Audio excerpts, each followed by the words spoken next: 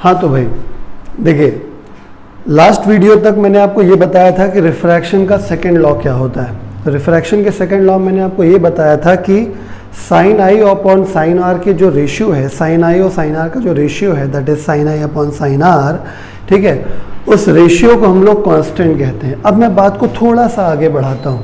Actually मैंने क्या बताया था, मैंने कॉर्नर में लिख दिया है, by second law of refraction sine I upon sine are is equal to constant, this constant is called refractive index. यहां तक मैंने लिखा था।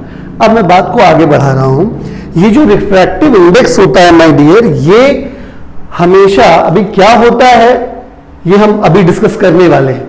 अभी फिलहाल आपको बस ये बताना चाहते हैं कि जब भी स्नेल्स लॉ लिखिएगा तो ये जो कांस्टेंट है जिसको हम लोग रिफ्रैक्टिव इंडेक्स कह रहे हैं, ये रिफ्रैक्टिव इंडेक्स जब भी लिखा जाएगा इस फॉर्मूले में तो हमेशा उस मीडियम का रिफ्रैक्टिव इंडेक्स होता है जिसमें लाइट एंटर करती है, यानी कि मीडियम नंबर 2, और उस मीडियम के रिस्पेक्ट में लिखते हैं जहां से लाइट आ रही होती है, दैट इज मीडियम नंबर 1।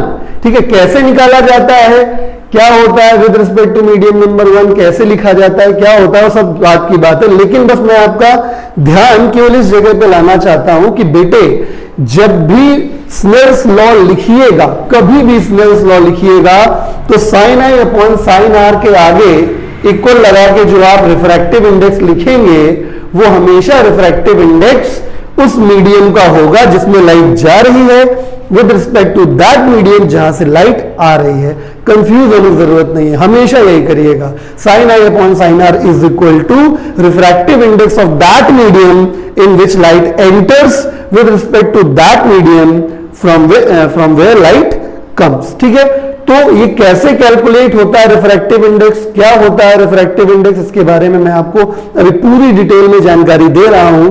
ठीक है, बस मेरा ध्यान इस जगह पे केवल इतना था कि आपको स्नेल्स लॉ जब भी लिखिएगा sine A upon sine are equal to refractive index, तो बेटा बस इतना ध्यान रखना कि वो रिफ्रैक्टिव इंडेक्स जब भी लिखना उस फॉर्मूले में जब भी लिखना, यानी sine A upon sine R के बाद ये जो कांस्टेंट की जगह आप रिफ्रैक्टिव इंडेक्स जब भी लिखेंगे तो प्लीज इस बात का ध्यान रखिएगा कि रिफ्रैक्टिव इंडेक्स हमेशा उस मीडियम का हो जिसमें लाइट जा रही है with respect to that medium जहां से लाइट आ रही है।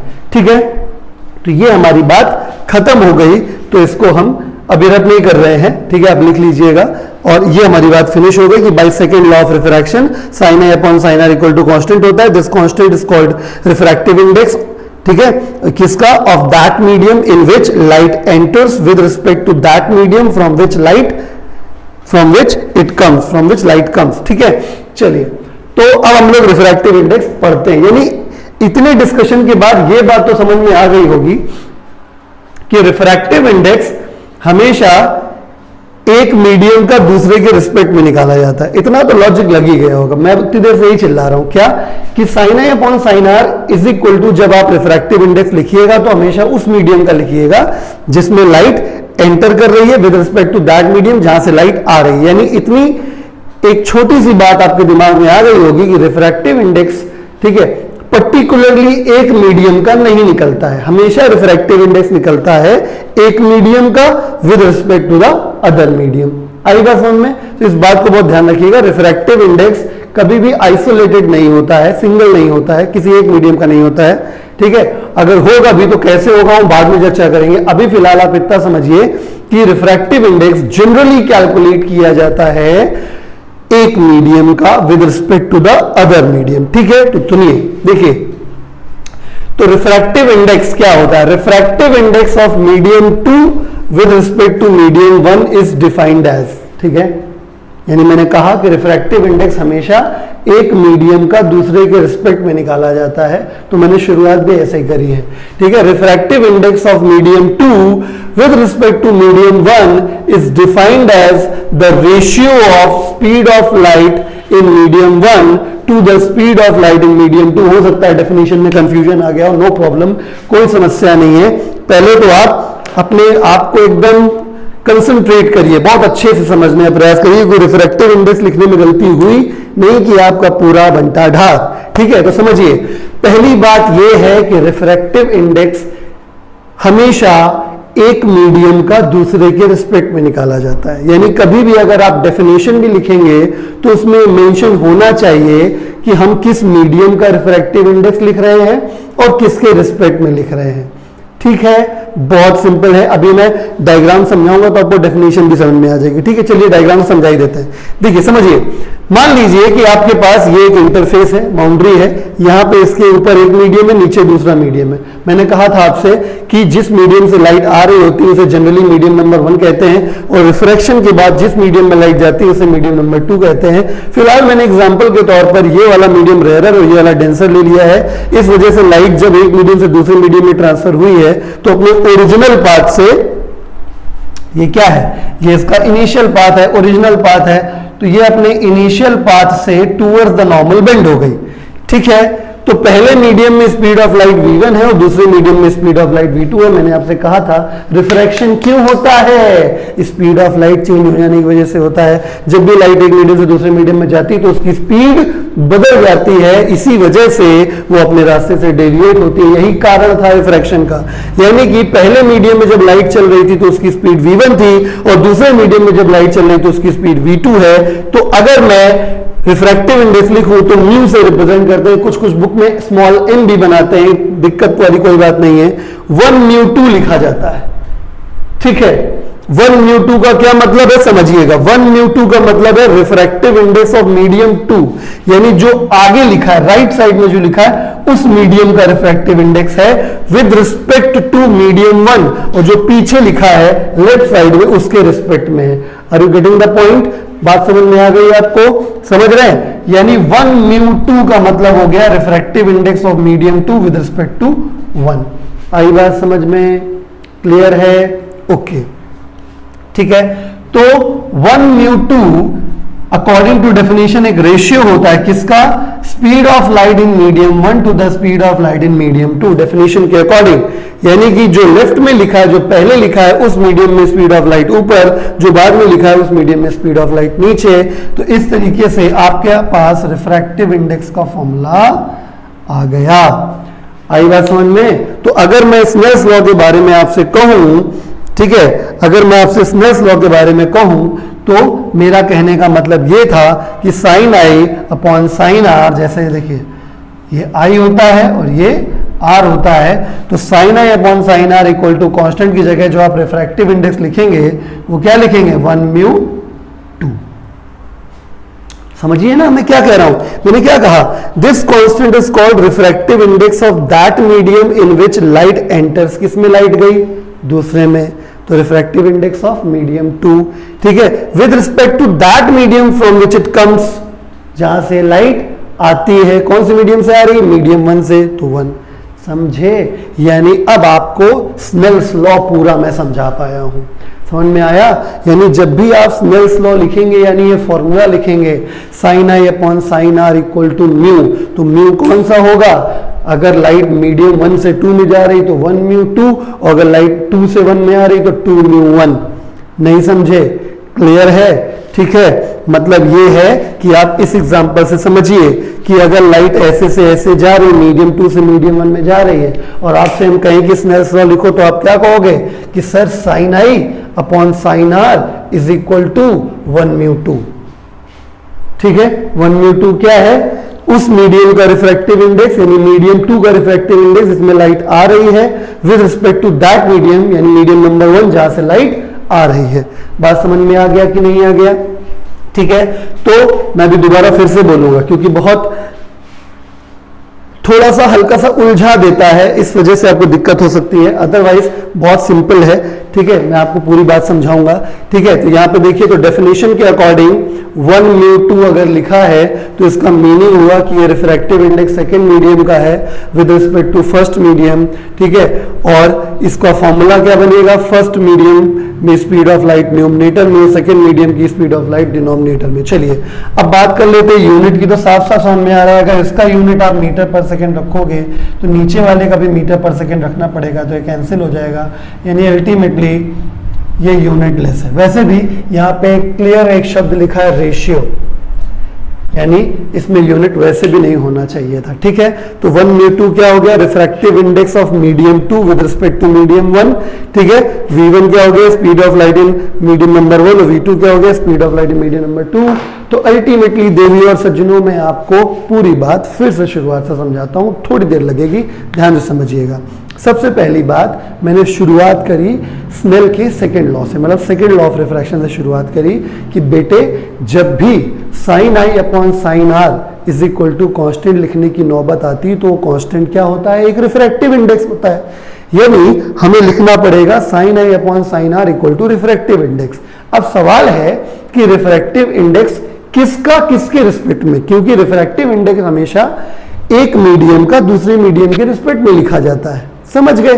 तो हमेशा जब भी लिखना है, ठीक है, तो हमेशा रिफ्रैक्टिव इंडेक्स उस मीडियम का लिखना है जिसमें लाइट जा रही है with respect to that medium जहां से लाइट आ रही है, ठीक है।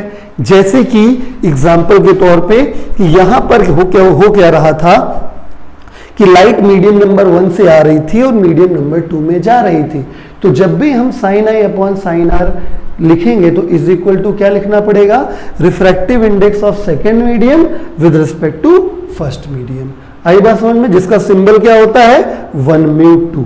नहीं समझे, दोबारा बोलता हूं, अगर आपको यहाँ पे सेकेंड लॉ ऑफ रिफ्रैक्शन लगाना पड़ गया तो आप क्या लिखेंगे, sine I upon sine are is equal to refractive index of medium 2 with respect to medium 1, जिसका सिंबल क्या होता है 1 μ2। देखिए लिखा है refractive index of medium 2 with respect to medium 1। यानी जब भी स्नेल्स लॉ लिखा जाएगा तो आप क्या लिखेंगे, sine I upon sine are is equal to 1 μ2।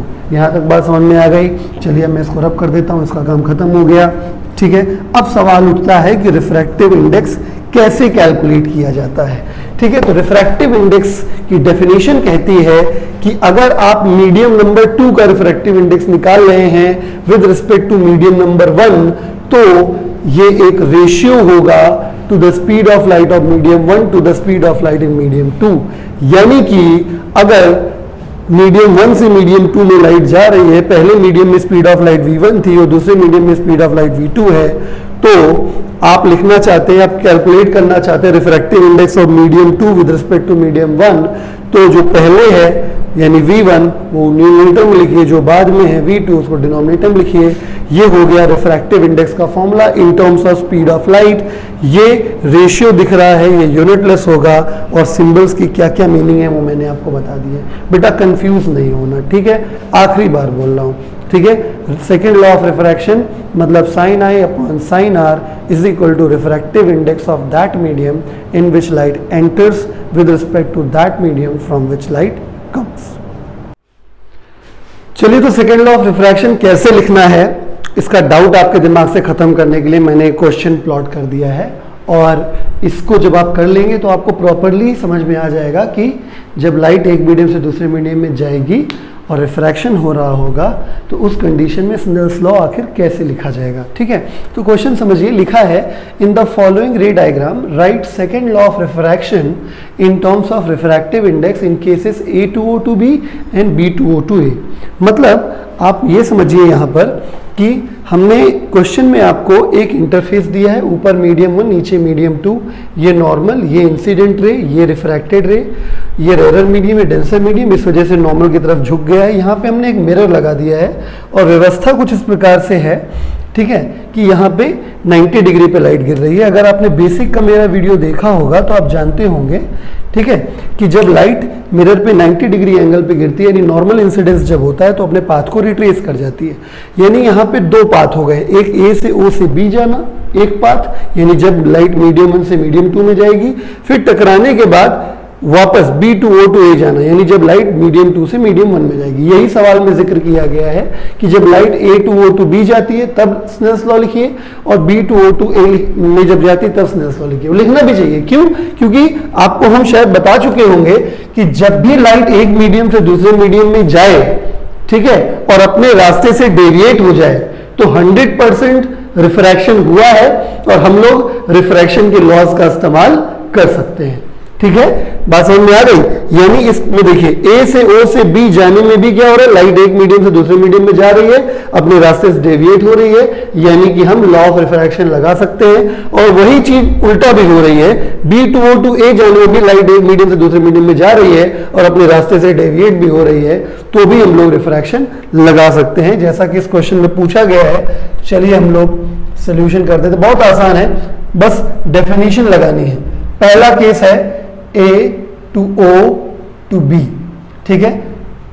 Second law of refraction क्या होता है, sine of angle of incidence. देखिए जब A से O से B जा रहे हैं तो एंगल ऑफ इंसिडेंस I है, sine of angle of incidence upon sine of angle of refraction. जब A से O से B में जाए तो रिफ्रैक्शन का एंगल R था। फिर लाइट जब एक मीडियम से दूसरे मीडियम में जा रही है तो क्या लिखा जाता है, रिफ्रैक्टिव इंडेक्स। किस मीडियम का, जिसमें लाइट जा रही है, यानी मीडियम 2। किसके रिस्पेक्ट में, जहां से लाइट आ रही, मीडियम नंबर 1। यानी अगर आप शॉर्ट ट्रिक में पढ़ना चाहते हो तो आप ऐसा भी कह सकते हो कि लाइट अगर ऐसे से ऐसे, यानी मीडियम 1 से मीडियम 2 में जा रही तो 1 म्यू 2 ऐसे, ठीक है। अब जैसे सेकंड पार्ट के लिए देख लीजिए, समझ में आ गया ना, ऐसे ही लिखा जाता है। सेकंड पार्ट में आ जाइए। अब सेकंड पार्ट में क्या है, अब उल्टा हो रहा है, बी टू ओ टू ए जा रहा है, बी टू ओ टू ए अगर जा रहा है, इस सिचुएशन में फिर से देखिए क्या होता है, second law of refraction, sine of angle of incidence. अब जब उल्टा जा रहा है तो एंगल ऑफ इंसिडेंस का काम कौन करेगा, आर।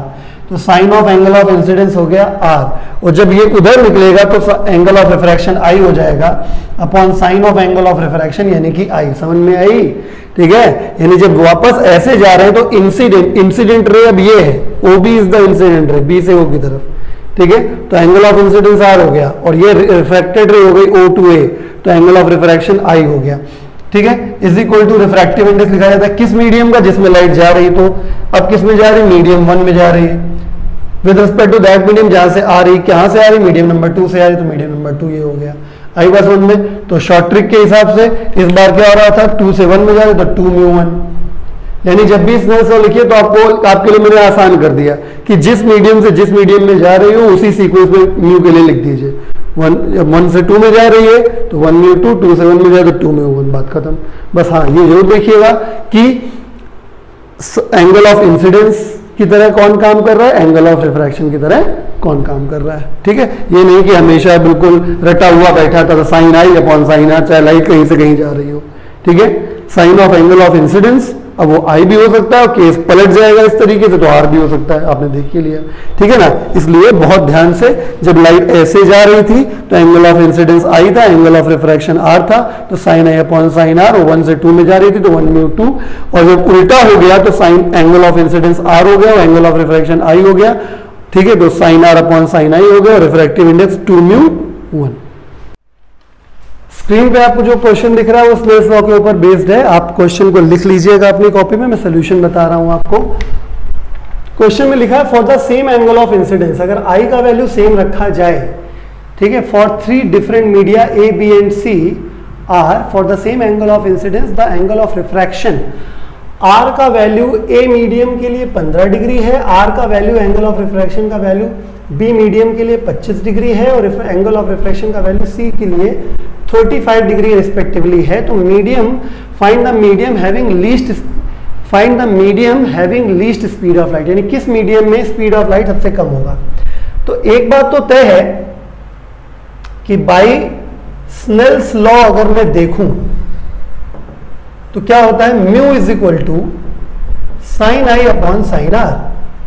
तो साफ साफ दिखाई दे रहा है कि आई का वैल्यू उन्होंने कांस्टेंट करा दिया, तो mu proportional sine r 1 upon sine r, यानी म्यू और आर इनवर्सली प्रोपोर्शनल हो गए, म्यू और आर इनवर्सली प्रोपोर्शनल हो गए। तो इसका मतलब ये हुआ कि अगर देखा जाए तो क्योंकि आर का वैल्यू सी के लिए सबसे ज्यादा, बी के लिए उससे कम और सबसे कम ए के लिए है, इस वजह से, ठीक है, म्यू की वैल्यू सी के लिए सबसे कम, म्यू की वैल्यू बी के लिए उससे कम और म्यू की वैल्यू ए के लिए सबसे कम हो जाएगी। और जिस मीडियम का म्यू सबसे कम होगा उस मीडियम में लाइट की स्पीड सबसे ज्यादा होगी ऑब्वियसली, बाय रिफ्रैक्टिव इंडेक्स मतलब डेंसिटी। जिस मीडियम में डेंसिटी ही कम होगी उसमें लाइट भागेगी तेजी से, यानी सबसे कम रिफ्रैक्टिव इंडेक्स सी में है, इसका मतलब स्पीड ऑफ लाइट सी में सबसे ज्यादा होगी, बी में स्पीड ऑफ लाइट उससे कम होगी, और ए में स्पीड ऑफ लाइट सबसे कम होगी। तो क्वेश्चन में पूछा गया find the medium having least speed of light, तो सबसे कम स्पीड है A, that is in medium A speed of light will be minimum।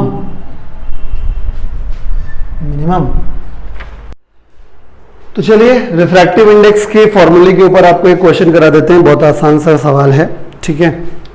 तो इसमें क्या है, गौर से देखिएगा।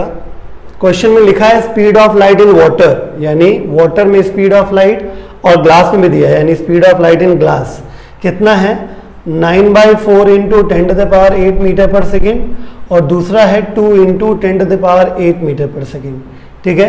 आपको निकालना है रिफ्रैक्टिव इंडेक्स, बहुत सही। किसका?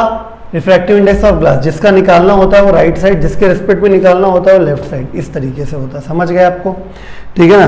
तो according to definition of refractive index, according to definition of refractive index, रिफ्रैक्टिव इंडेक्स की डेफिनेशन के अकॉर्डिंग फॉर्मूला क्या होता है? फॉर्मूला होता है refractive index of glass with respect to water आपको निकालना है। तो जो पहले लिखा है उसकी स्पीड ऑफ लाइट न्यूमरेटर, जो बाद में लिखा है उसकी स्पीड ऑफ लाइट डिनोमिनेटर में, ठीक है ना। तो चलिए, तो refractive index of glass with respect to water is equal to ये speed of light in water, water में स्पीड ऑफ लाइट कितनी है 9/4 इंटू 10⁸, ठीक है, upon speed of light in glass, glass कितना है 2 इंटू 10⁸, 10⁸ से 10⁸ cancel, refractive index of glass with respect to water is equal to कितना हो जाएगा 9/8। रेशियो आएगा, यूनिट होगा नहीं, यही आपका आंसर है। तो चलिए अब हम लोग पढ़ेंगे absolute refractive index. Absolute refractive index कोई नई चीज नहीं है, बस इतनी सी बात को आप अगर दिमाग में बसा लेंगे तो आपको बहुत आसान हो जाएगा कि absolute refractive index actually refractive index of a medium होता है विद रिस्पेक्ट टू एयर। यानी अगर किसी भी चीज का, किसी भी मीडियम का रिफ्रैक्टिव इंडेक्स निकाला जाए एयर के रिस्पेक्ट में, तो हमेशा उस रिफ्रैक्टिव इंडेक्स को एब्सोल्यूट रिफ्रैक्टिव इंडेक्स बोला जाता है, बाकी सब कुछ सेम है, ठीक है। यानी बस यहाँ पे कंडीशन लगा दी गई है कि किसके रिस्पेक्ट में रिफ्रैक्टिव इंडेक्स निकलेगा, एयर के रिस्पेक्ट में, ठीक है ना। तो यानी एब्सोल्यूट रिफ्रैक्टिव इंडेक्स का मतलब refractive index of a medium with respect to air. तो डेफिनेशन क्या बन जाएगी? Absolute refractive index of medium is defined as the ratio of speed of light in air to the speed of light in that medium. Definition अभी clear नहीं हुई, कोई बात नहीं, आप यहां समझिए, सब क्लियर हो जाएगा। मान लीजिए कंसीडर सिचुएशन, ये इंटरफेस है, बाउंड्री है, ऊपर एयर है, नीचे वो मीडियम है जिसका refractive index, absolute refractive index निकालना है।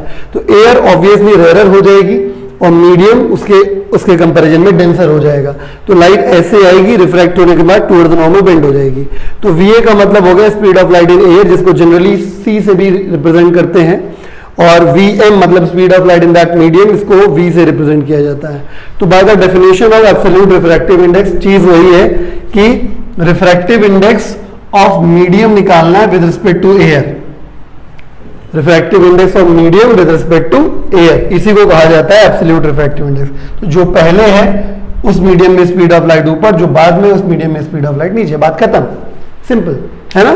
तो refractive index of any medium with respect to air is defined as the ratio of speed of light in air to the speed of light in that medium, यही definition में लिखा था।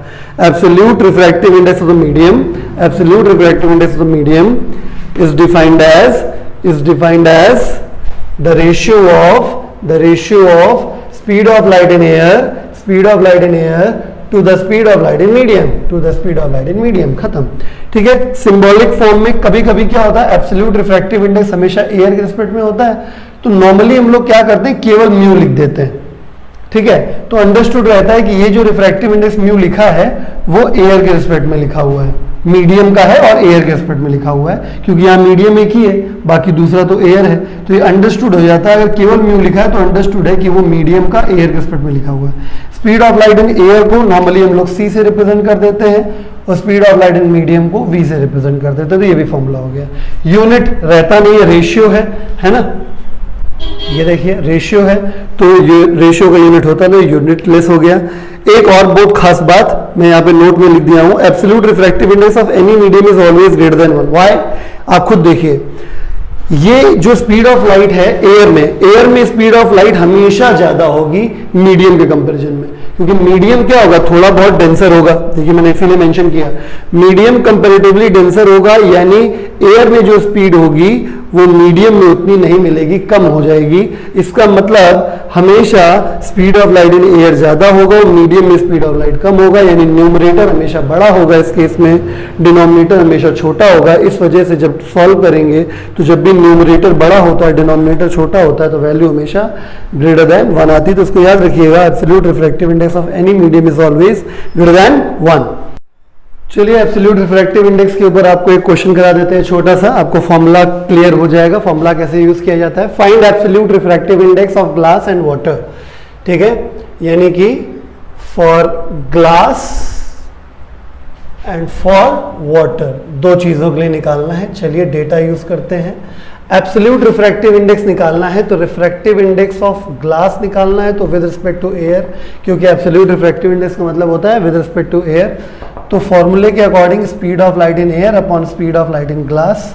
ठीक है, तो absolute refractive index of glass यानी refractive index of glass with respect to air is equal to speed of light in air, सबको पता है 3 × 10⁸ मीटर पर सेकेंड होती है। ग्लास में जो स्पीड दी गई है, ग्लास एंड वाटर, ये जो स्पीड है वो स्पीड इन ग्लास है और ये जो स्पीड है वो स्पीड इन वाटर है। ठीक है ना, तो ग्लास की जो स्पीड है वो 2 × 10⁸ है, इसको हम कैंसिल कर देंगे।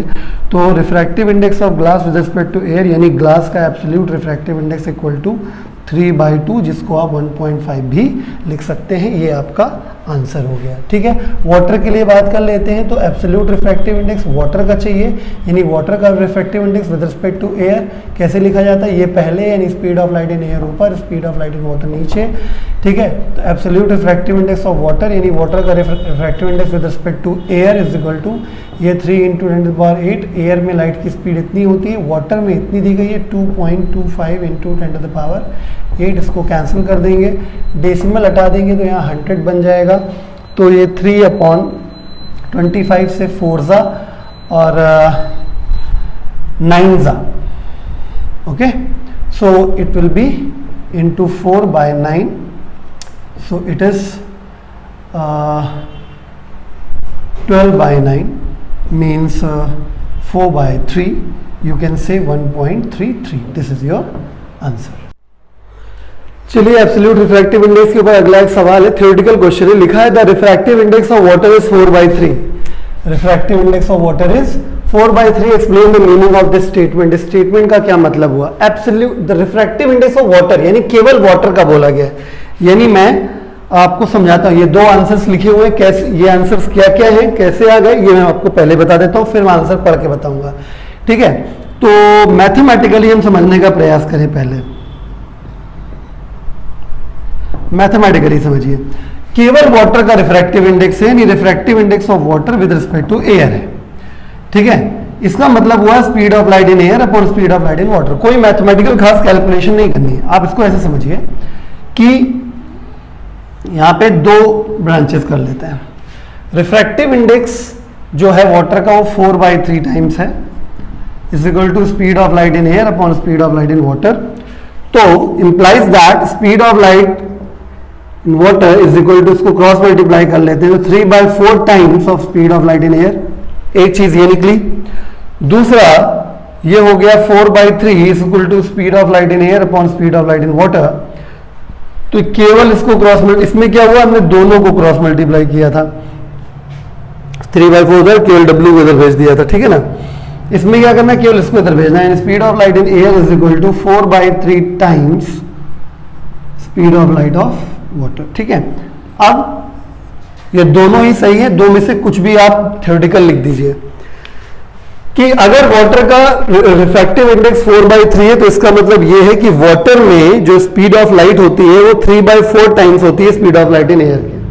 ठीक है, वाटर में जो लाइट होती है, स्पीड की लाइट की जो स्पीड होती है वो 3/4 times of speed of light in air होती है। वही देखिए पहले लिखा है, it means that speed of light in water is 3/4 times the speed of light in air. पहला स्टेटमेंट क्लियर हो गया।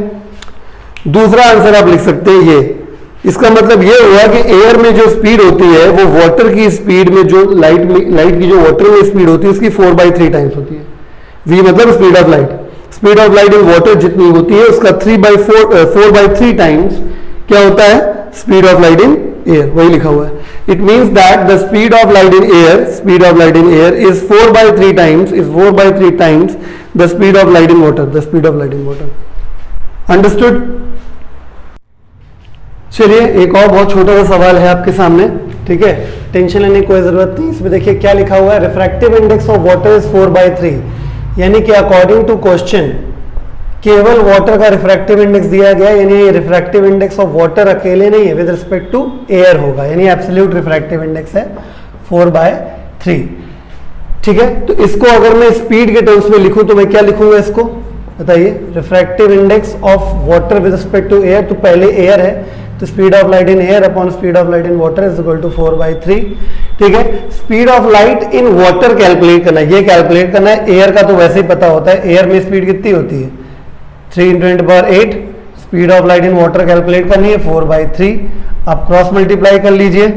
ठीक है, तो speed of light in water is equal to 9/4 × 10⁸, यानी speed of light in water जो आ जाएगा वो 2.25 × 10⁸ मीटर पर सेकेंड. Very simple. चलिए एक और सवाल है, speed of light in vacuum. Vacuum में जो स्पीड ऑफ लाइट होती है वो एयर की स्पीड ऑफ लाइट के बराबर होती है, तो लगभग बात बराबर है. तो अकॉर्डिंग टू क्वेश्चन के अकॉर्डिंग क्या हो रहा है, speed of light in vacuum यानी एयर में जो स्पीड ऑफ लाइट है वो 3 × 10⁸ मीटर पर second. What would be its speed in glass, यानी ग्लास में स्पीड कितनी होगी निकालना पड़ेगा. अगर ग्लास का रिफ्रैक्टिव इंडेक्स केवल बोला गया, यानी ग्लास का refractive index with respect to air बोला गया है 1.5. Are you getting the point? तो हम जानते हैं कि refractive index of glass with respect to air अगर 1.5 दिया गया है तो इसको क्या लिख सकते हैं, speed of light in air ऊपर और speed of light in glass नीचे इज इक्वल टू 1.5. तो इसकी वैल्यू एयर की स्पीड 3 × 10⁸, एयर में स्पीड, ये ग्लास में है ये 1.5. इसको आप क्रॉस मल्टीप्लाई कर लीजिएगा, सॉल्व हो जाएगा. तो speed of light in glass जो हो जाएगा वो 2 × 10⁸ मीटर पर सेकेंड आ जाएगा. This is your answer. चलिए एक और क्वेश्चन देख लेते हैं. ये थोड़ा ठीक क्वेश्चन है, कंपैरिजन वाला क्वेश्चन है. तो लिखा है the refractive indexes of water, diamond and glass are. Refractive index of water यानी विद रिस्पेक्ट टू एयर जो दिया गया है वो 1.33 का मतलब हो गया 4/3. ठीक है, refractive index of diamond with respect to air जो दे रखा है वो 2.0 दे रखा है.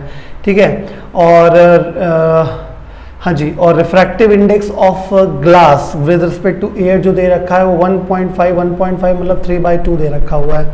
ठीक है ना, तो इस तरीके से या आप इसको मत रखिए, आपको कंपेयर करने में आसानी होगी, तो इसको ऐसे मत लिखिए, आसान रहेगा. ठीक है, तो हम क्या जानते हैं, वी नो दैट, क्या जानते हैं, refractive index of any medium with respect to air होता है speed of light in air upon speed of light in medium. ये जो speed of light in air है ये फिक्स है, ये कांस्टेंट है, इसकी वैल्यू फिक्स होती है.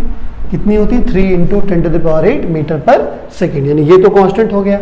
सबको पता है जब साइन ऑफ प्रोपोर्शनलिटी हटाते, मतलब जब कांस्टेंट हटाते हैं तो इक्वल की जगह क्या आ जाता है, प्रोपोर्शनलिटी आ जाता है. तो refractive index of any medium with respect to air is inversely proportional to speed of light in that medium.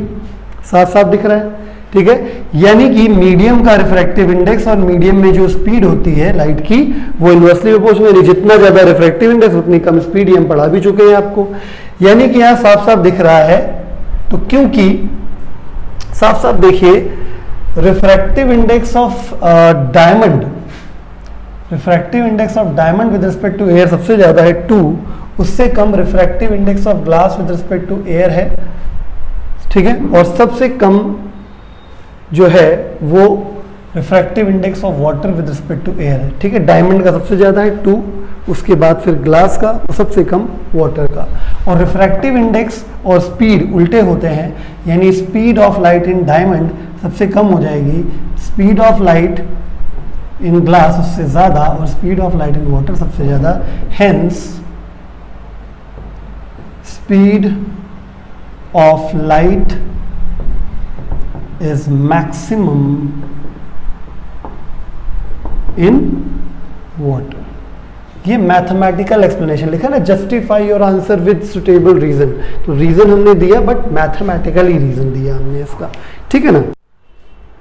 चलिए हम लोग पढ़ लेते हैं relation between relative refractive index and absolute refractive index. तो हम लोग जानते हैं कि refractive index of medium 2 with respect to medium 1 का मतलब होता है speed of light in medium 1 upon speed of light in medium 2, यही तो होता है। अब इसको देखिए बड़े जुगाड़ से लिखना पड़ेगा, 1 म्यू 2 जैसे लिखा हुआ है तो इसको 1 upon V2 whole upon 1 upon V1 लिख दीजिए। अब क्या करेंगे, speed of light in air को न्यूमरेटर डिनोमिनेटर से मल्टीप्लाई कर देंगे, तो 1 mu 2 is equal to speed of light in air upon medium number 2 whole upon speed of light in air upon medium number 1। Numerator में VA से multiply और denominator में VA से मल्टीप्लाई, तो ये क्या बन गया, ये बन गया absolute refractive index of medium 2, है ना। वी नो दैट, क्या जानते हैं हम लोग कि speed of light in air upon speed of light in medium 2 को क्या लिखा जाएगा, refractive index of medium 2 with respect to air, and speed of light in air upon speed of light in medium 1 को, इसको क्या लिखा जाएगा, इसको लिखा जाएगा refractive index of medium 1 with respect to air. Therefore ये जो 1 म्यू 2 है तुम्हारा क्या बन जाएगा, ये बन गया refractive index of medium 2 with respect to air upon refractive index of medium 1 with respect to air. ठीक है, ऐसे लिखिए, या कुछ लोग ऐसे लिख देते हैं 1 mu 2 is equal to mu 2 upon mu 1, मतलब with respect to air understood रहता है। या मैं आपको एक और बात बता देता हूं, वैसे तो with respect to air with respect to air understood है, लेकिन अगर एयर ना रख के अगर कॉमन मीडियम रख दीजिए, मतलब मैं एक्स्ट्रा में आपको बता रहा हूं, ठीक है, कि अगर 1 म्यू 2 अगर ऐसे है तो आप refractive index of medium 2 with respect to water with respect to refractive index of medium 1 with respect to water कर दे तो भी ये सही है। ठीक है, विद रिस्पेक्ट टू ग्लास कर दीजिए तो ये भी विद रिस्पेक्ट टू ग्लास अगर हो तो ये भी सही है। ठीक है, विद रिस्पेक्ट टू एयर है, विद रिस्पेक्ट टू एयर है, ये भी सही है। आएगा समझ में, यानी 1 mu 2 is equal to mu 2 upon mu 1 होता है। और एक्चुअल फैक्ट ये है कि ये दोनों जो रिफ्रैक्टिव इंडेक्स होने चाहिए वो एक कॉमन मीडियम के रिस्पेक्ट में ही होने चाहिए। या तो ये मीडियम 2 का एयर के रिस्पेक्ट में हो तो मीडियम 1 का भी एयर के रिस्पेक्ट में होगा, मीडियम 2 का ग्लास के रिस्पेक्ट में हो तो ये मीडियम 1 का भी ग्लास के रिस्पेक्ट में होगा, मीडियम 2 का अगर वाटर के रिस्पेक्ट में है तो मीडियम 1 का भी वाटर के रिस्पेक्ट, या और कोई मीडियम है तो भी मीडियम कॉमन रहना चाहिए। ठीक है, यानी जिस मीडियम के रिस्पेक्ट में मीडियम नंबर 2 का होगा उसी मीडियम के रिस्पेक्ट में मीडियम नंबर 1 का होगा, तब ये फॉर्मूला सही लगेगा। देखिए अपने पास सवाल है, the refractive index of water is 4/3, यानी refractive index of water is 4/3, तो अंडरस्टूड है विद रिस्पेक्ट टू एयर हो गया, एक चीज ये हो गया। And refractive index of glass, glass का रिफ्रैक्टिव इंडेक्स ये भी अंडरस्टूड हो गया विद रिस्पेक्ट टू एयर, क्योंकि और किसके रिस्पेक्ट में है ऐसा तो बोला नहीं गया, 3/2 है। तो हमें निकालना है refractive index of glass with respect to water, ये निकालना है। ठीक है, तो वी नो दैट, क्या जानते हैं हम लोग, refractive index of glass with respect to water अगर निकालना है तो इसका मतलब रिफ्रैक्टिव इंडेक्स ऑफ ग्लास ऊपर और रिफ्रैक्टिव इंडेक्स ऑफ वाटर नीचे, याद है ना। 1 म्यू 2 याद करो ऐसे, 1 mu 2 is equal to mu 2 upon mu 1 कराया है, तो जो बाद में लिखा है वो ऊपर, जो पहले लिखा है वो नीचे। ठीक है, कंफ्यूज नहीं होना। ठीक है, तो refractive index of glass with respect to water is equal to glass का रिफ्रैक्टिव इंडेक्स कॉमन, मैंने कहा था कॉमन मीडियम होना चाहिए, ग्लास का कितना है 3/2 और वाटर का कितना है 4/3। सॉल्व कर लेंगे, refractive index of glass with respect to water कितना हो गया 9/8 यानी 1.125। This is your. हाँ जी, तो अब ये दो क्वेश्चंस जो हैं जो मैं आपको कराने जा रहा हूँ ये 10th लेवल के बच्चों के लिए नहीं है। ठीक है, तो अगर 10th लेवल वाले बच्चे देख रहे हैं तो अगर बहुत इंटरेस्ट हो तो ही देखिए, अदरवाइज को स्किप कर दीजिए, आपके लेवल से ऊपर की चीज़ें थोड़ी सी यहाँ पे आएंगी। ठीक है, तो पहला क्वेश्चन ये थोड़ा ज़्यादा खतरनाक है, वो तो इजी क्वेश्चन है। इसमें लिखा है what is the with the help of diagrams A and B find r in the figure C, यानी आपको एक फिगर ए दिया गया, एक फिगर बी दिया गया, एक फिगर सी दिया गया, सी में आर निकालना है और आपको कुछ डेटा यहाँ पे गिवन है। ठीक है, और रिफ्रैक्टिव इंडेक्सेस, ठीक है, देखते हैं यहाँ पे। तो इस डेटा के आधार पे आपको कैलकुलेशन करनी है, तो चलिए हम लोग शुरुआत करते हैं। पहली चीज़ तो जो निकालनी है जरा उस पर ध्यान दे दिया जाए। ठीक है, अगर देखा जाए फिगर सी में तो ये इंसिडेंट रे है, एंगल ऑफ इंसिडेंस हमको गिवन है और एंगल ऑफ रिफ्रैक्शन फाइंड करना है। ठीक है, तो फॉर सी की अगर मैं बात करूं सी वाले के लिए, तो बाई अगर स्नेल्स लॉ में लगाऊं, मैंने आपसे कहा था कि कभी भी लाइट एक मीडियम से दूसरे मीडियम में जा रही हो और अपने रास्ते से डेविएट भी हो रही हो तो समझ जाइएगा स्नेल्स लॉ लगाना है, मतलब बिना कुछ कहे सुने, ठीक है। तो यहाँ पे क्या हो जाएगा, sine of angle of incidence 45 degree है, sine of angle of incidence 45 degree है, और sine of angle of refraction यहाँ पे r है, तो साइन r निकालना पड़ेगा, is equal to refractive index, जिस मीडियम में लाइट जाती है उसका होता है ग्लास में जा रही, कहाँ से आ रही, वाटर से आ रही, ये हो गया। तो कुल मिला के हमें r फाइंड करना है, साइन 45 की वैल्यू देखिए ये आपको गिवन है, कोई दिक्कत नहीं है। Refractive index of glass with respect to water नहीं पता है, तो a और b हमको इसीलिए दिए गए हैं ताकि आप refractive index of glass a से निकाल लें और रिफ्रैक्टिव इंडेक्स ऑफ वाटर इससे निकाल लें, ठीक है। यानी कुल मिला के अगर मैं एक्सचेंज कर दूं इसको तो sine r is equal to हो जाएगा sine 45 degree upon refractive index of glass with respect to water, यानी कि हम इसको लिख सकते हैं, एक लाइन और नीचे लिख दें, sine r is equal to sine 45 की वैल्यू दे रखी है 0.7071 और ये बन जाएगा refractive index of glass with respect to air whole upon refractive index of water with respect to air, ऊपर ले आते हैं तो ये बन जाएगा sine r is equal to 0.7071 into refractive index of water with respect to air upon refractive index of glass with respect to air, equation number 1। यानी बस हमें ये दो चीज़ें निकालनी है। तो हम बात करते हैं फॉर ए की, ए वाले से बात करते हैं। तो ए वाले में देखिए हमारा क्या हो रहा है, लाइट एंगल ऑफ इंसिडेंस 60 और एंगल ऑफ रिफ्रैक्शन 35 है ना, इंसिडेंट रे ये है। तो बाय स्नेल्स लॉ, फिर से बाय स्नेल्स लॉ क्या करेंगे, sine of angle of incidence यानी sine 60 upon sine of angle of refraction यानी 35 is equal to refractive index किसका होगा, ग्लास में जाए तो ग्लास का with respect to air, sine 60 sine 35 की वैल्यू गिवन है, साइन 60 की वैल्यू गिवन है, साइन 35 की वैल्यू गिवन है। जब आप इसको सॉल्व करेंगे माय डियर तो आप ये वैल्यू रख देंगे, साइन 60 की वैल्यू कितनी है, साइन 60 की वैल्यू 0.8660 अपॉन ये कितनी है, साइन 35 0.5736 है। तो refractive index of glass with respect to air, refractive index of glass with respect to air solve करके आएगा 1.51। ग्लास का अक्सर 1.5 के आसपास आता ही है, तो 1.51 आ गया। तो ये हमारा इक्वेशन नंबर 2 हो गया, ठीक है। अब इसी तरीके से हम बी वाले फिगर में बात करेंगे। तो फॉर बी देखिए, मतलब यहाँ पे रखने के लिए ग्लास वाला आ गया, यानी इसका काम बन गया, बस ये बचा है, ठीक है। तो बी वाले के लिए फिर से हम लगाएंगे by Snell's law, Snell's law के according sine of angle of incidence, देखिए एंगल ऑफ इंसिडेंस ये इंसिडेंट रहे तो sine of angle of incidence sine 60 upon sine of angle of refraction sign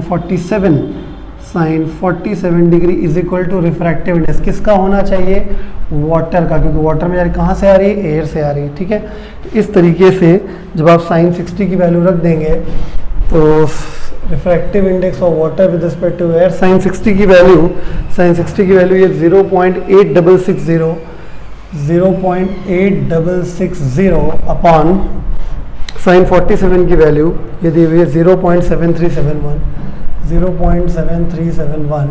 इसको जब सॉल्व करेंगे तो refractive index of water with respect to air solve होके आ जाएगा 1.18, ठीक है, 1.18, ठीक है। इस तरीके से ये आपका रिफ्रैक्टिव इंडेक्स नंबर 3 इक्वेशन आ गया। तो बस वैल्यू रख दीजिए। तो from first, second and third, चलिए वैल्यू रख के भी दिखा देते हैं। तो sine r is equal to sine 0.7071 into water वाला है 1.18, नीचे ग्लास का कितना है 1.51, सॉल्व कर लेंगे तो implies that sine r is equal to आएगा 0.5525, इम्प्लाइज दैट r को, साइन को उधर भेज देंगे तो साइन इनवर्स आ जाएगा, साइन इनवर्स 0.5525 ये हो गया। साइन इनवर्स 5525 की वैल्यू भी दे रखी है, तो यानी हमारा अल्टीमेटली आंसर ही दिया गया था, r की वैल्यू 33.5 डिग्री के आसपास आएगी, ये हमारा आंसर है, ठीक है। चलिए अभी अगला सवाल देख लेते हैं। A light ray travelling in water is incident on water glass interface, solution, ठीक है। Light ray travelling in water, यानी ऊपर है वाटर और नीचे है ग्लास, ठीक है, आप बनाने पे निर्भर करता है, मतलब वाटर से ट्रैवल करके आ रही है और ग्लास में जा रही है, तो ग्लास डेंसर मीडियम हो गया तो टुवर्ड्स नॉर्मल बेंड हो जाएगा, ठीक है। कितने एंगल पे गिरी? 45 डिग्री पे, तो 45 एक्चुअली 90 डिग्री का आधा है ना, तो आप चाहे इसको 45 मानो चाहे इसको 45 मानो, बात एक ही पड़ेगी, इस वजह से कोई दिक्कत वाली बात नहीं है। इसीलिए इन्होंने इंटरफेस एट 45 डिग्री, तो उन्होंने क्लियर नहीं किया कि नॉर्मल से है कि इंटरफेस से, तो इंटरफेस से 45 मानोगे तो भी नॉर्मल के साथ 45 हो जाएगा, और नॉर्मल के साथ 45 माना तो है ही है, ठीक है। तो हमें एंगल ऑफ रिफ्रैक्शन निकालना है, मतलब आर का वैल्यू हमें यहाँ भी फाइंड करना है, आई का वैल्यू हमको गिवन था, ठीक है। तो क्या लग जाएगा? Snell's law by Snell's law. Snell's law कहता है sine of angle of incidence 45 degree upon sine of angle of refraction यानी r is equal to refractive index of glass with respect to water. Refractive index of glass का with respect to water, तो इसको हम solve करते हैं। यहाँ corner में थोड़ी जगह है हमारे पास। साइन 45 की वैल्यू 1/√2 होती है, या पिछले क्वेश्चन के हिसाब से देख लीजिए, साइन 45 0.7071, तो 0.7071 upon sine are is equal to refractive index of glass with respect to air upon refractive index of water with respect to air. My dear, जब सबकी वैल्यू रख देंगे, ग्लास की भी है वाटर की भी है, सबकी वैल्यू रख देंगे, विद रिस्पेक्ट टू एयर ही दिया होगा ऑब्वियसली, तो जब सॉल्व कर लेंगे पूरा सारी वैल्यू रख के, तो साइन आर का वैल्यू आ जाएगा 0.6284, तो साइन को उधर भेज देंगे तो आर की वैल्यू साइन इनवर्स 0.6284 हो जाएगी।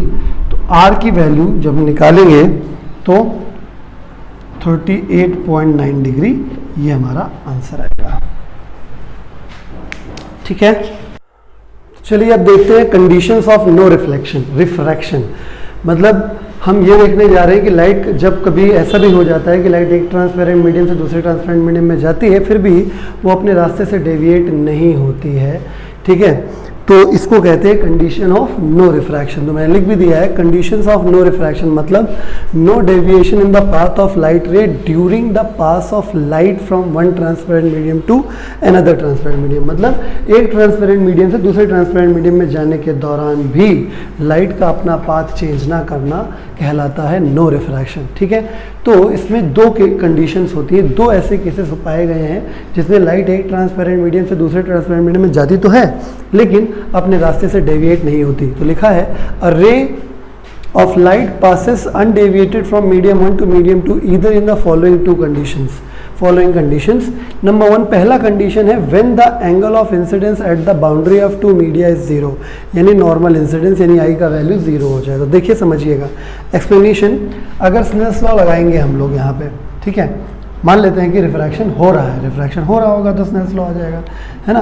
तो sine I upon sine are equal to 1/2, तो इस हिसाब से जब यहाँ पे लगाएंगे तो साइन 0 आई की value 0 degree upon sine are is equal to 1/2।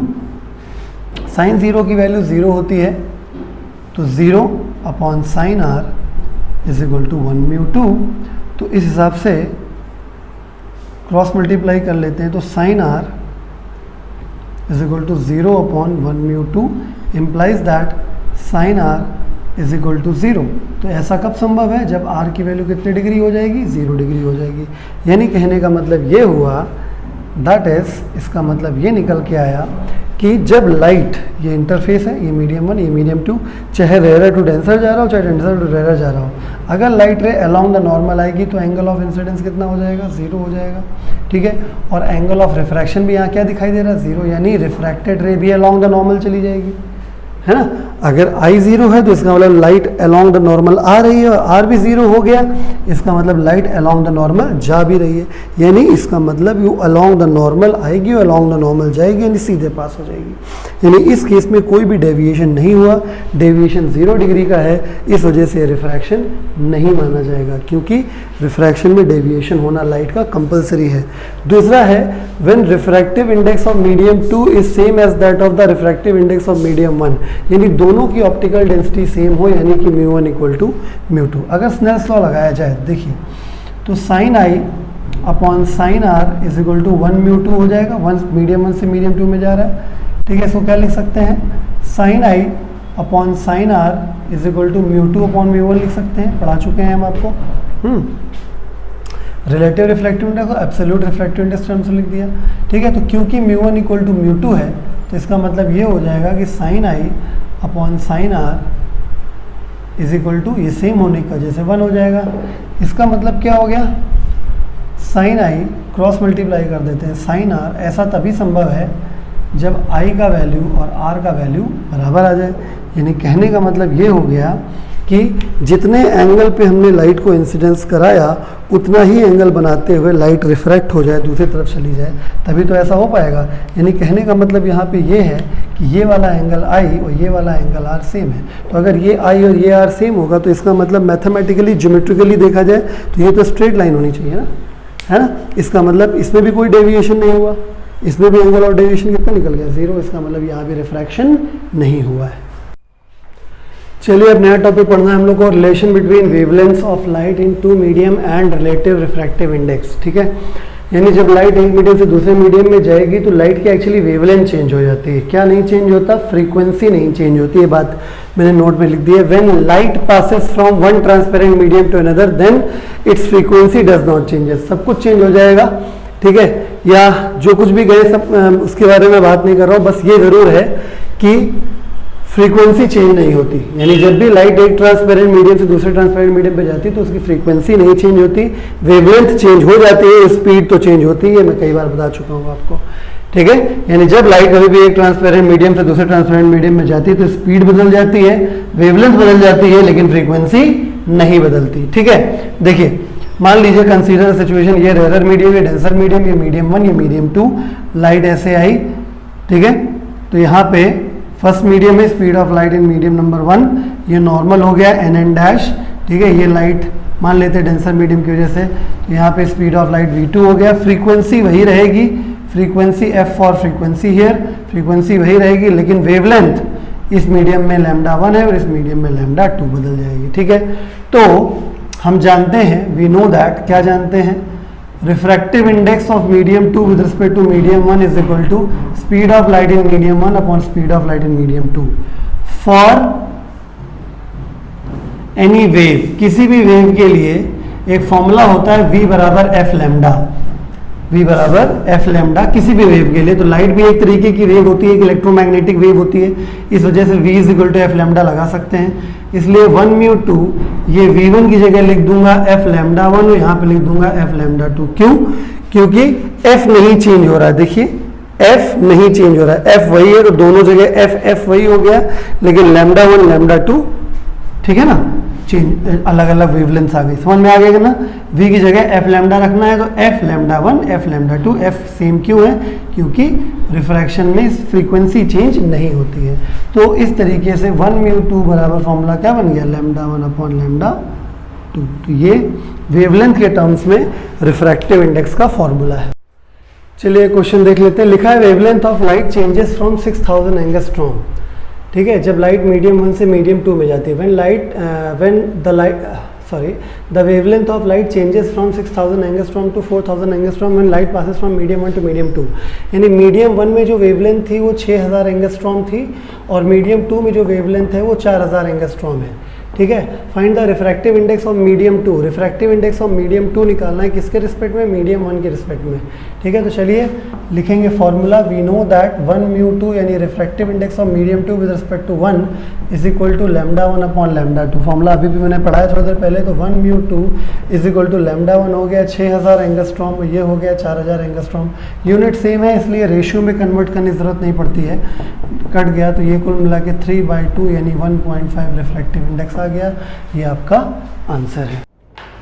तो चलिए अपने टॉपिक के ऊपर हम लोग एक क्वेश्चन करेंगे, थ्योरेटिकल क्वेश्चन है। क्वेश्चन आपको स्क्रीन पे दिख रहा होगा, आप अपनी कॉपी पे नोट करेंगे जैसे अभी तक मैं कर रहा था, ठीक है। पहले क्वेश्चन आप नोट करेंगे, उसके बाद सोल्यूशन देखेंगे। तो थ्योरेटिकल क्वेश्चन है, देखिए लिखा है कि a ray of light bends while passing from one transparent medium to another medium having a different refractive index, ठीक है। यानी जब लाइट एक मीडियम से दूसरे मीडियम में जाती है तो बेंड हो जाती है, मतलब दोनों मीडियम का रिफ्रैक्टिव इंडेक्स अलग अलग है। तो name the phenomena, give reason for it. तो पहली बात तो फिनोमेना का नाम क्या हुआ, रिफ्रैक्शन, क्योंकि जब लाइट क्या लिखा है, light ray bends while passing from one transparent medium to another, ठीक है।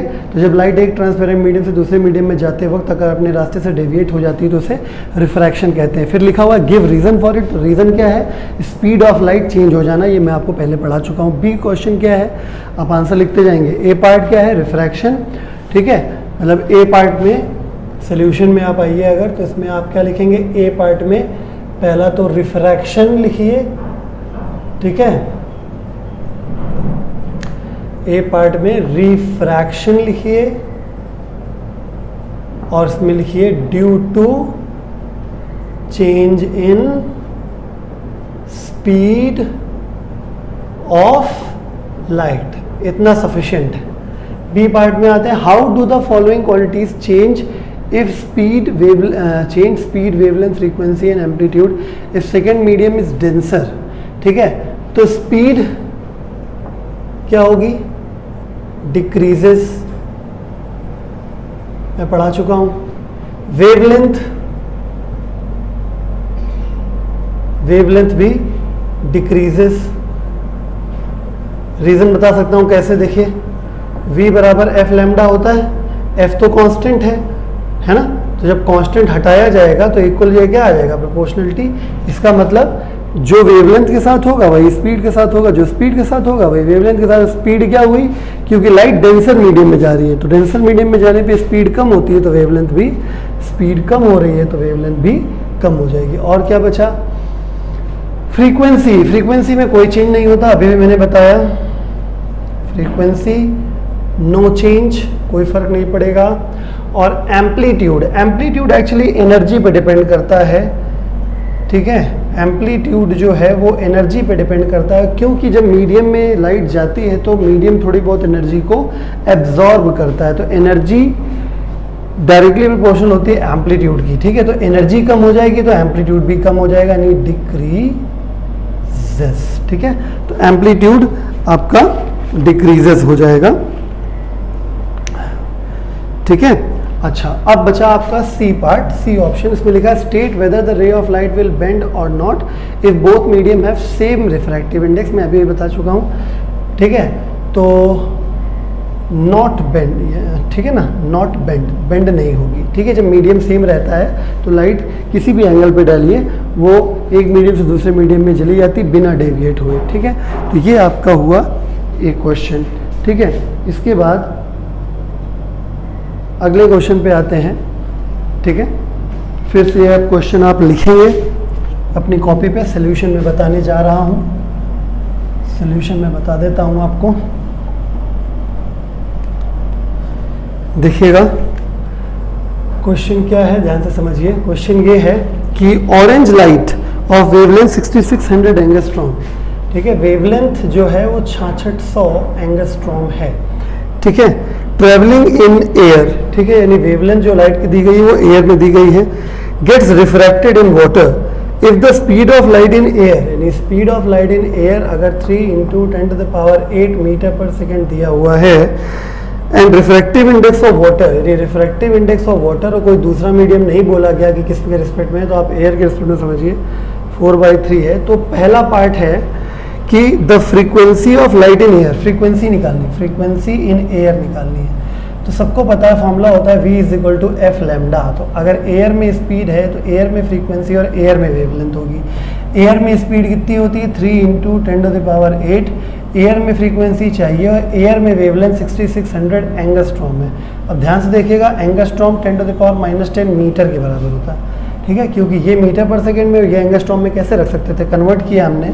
तो अब इसको सॉल्व करेंगे तो सॉल्व करने के बाद फ्रीक्वेंसी जो आ जाएगी वो 4.54 × 10⁻14 हर्ट्ज आ जाएगा, ठीक है। चलिए सेकेंड पार्ट में हम लोग आ जाते हैं इसी क्वेश्चन में।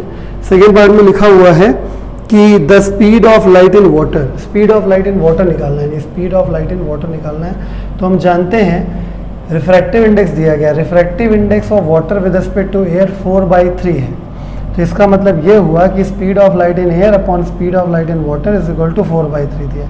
एयर में स्पीड 3 × 10⁸ है, वाटर में स्पीड हमें निकालनी है, ये 4/3 है। इसको सॉल्व कर लेंगे आप तो speed of light in water जो आ जाएगी वो 2.25 × 10⁸ मीटर पर सेकेंड आ जाएगा। ठीक है, अब हम इसके थर्ड पार्ट की बात करते हैं।